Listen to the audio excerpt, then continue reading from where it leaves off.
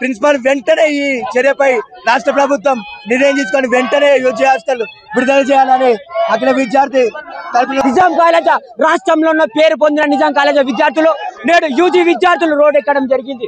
ఈ విద్యార్థులు ఎందుకంటే అయ్యా మాకు అది కావాలి ఇది కావాలని కాదు, ఇంకా బుక్కడ భూ పెట్టాలని రోడ్ ఎక్కినామయ్యా. మేము హాస్టల్లో డీడీలు కట్టించుకుంటే మాత్రం కాదు, మాకు డీడీల పైసలకి బుక్కడ భూ పెట్టి సార్ 3 పూటలు మాకు షెల్టర్ ఉన్న నిజాం హాస్టల్ తెరువు సార్ అని రోడ్ ఎక్కడం జరిగింది. దాదాపు 20 రోజుల నుంచి కాలేజ్ స్టార్ట్ అయ్యి 20 రోజులు అవుతుంది. అప్పటి నుంచి కాలేజ్కి రావాలి అటెండెన్స్ మ్యాండేటరీ అన్నాడు కానీ కడుపుకు అన్నం పెట్టలేకపోతున్నాడు. ఆ చేతనం ఎందుకు డీడీలు కట్టించుకున్నప్పుడు నేడు మాది సొంతంగా కట్టుకున్న పైసలు ఉంటాయి కదా, ఆ పైసలు కట్టించుకున్నప్పుడు హాస్టల్ తెరవాలిగా.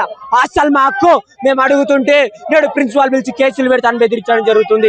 నేడు చూసుకున్నట్లయితే పోలీసు వాళ్ళు ఇచ్చారు, పెద్ద పెద్ద నాయకులు వచ్చారు, మాట్లాడారు, చేసిరు. నేడు నిన్న దాదాపు మొన్న బట్టి విక్రమార్క కూడా వచ్చి డిప్యూటీ సీఎం గారు కూడా వచ్చి ఆయనకి వినతి పత్రం గురించి రాష్ట్ర ప్రభుత్వం కూడా నేడు కనికరిస్తున్న విద్యార్థుల పని ఎందుకు, విద్యార్థుల పని ఇంత చిన్న చూపు ఎందుకు? 15 రోజుల దాకా అవుతుంది కానీ ప్రిన్సిపల్ ఇప్పటిదాకా ఏం ఇన్ఫర్మేషన్ ఇవ్వట్లేదు. మేము ధర్నా చేసి చింత చెట్టు దగ్గర మా గొంతులు పోతున్నాయి, ఎండకి తినకుండా అట్లనే చేస్తున్నాం కానీ ప్రిన్సిపల్ వచ్చి ఏ సొల్యూషన్ చెప్పట్లేదు. మేము 16 కి ఫస్ట్ డేట్ ఏమో 16 కి ఓపెన్ చేస్తా అన్నారు. మేమేమో డీడీలు కట్టినాం కదా అని లగేజ్ మొత్తం తెచ్చుకొని ఇక్కడ ఉన్నాం కానీ 16 కానీ డిలీట్ చేసిండు.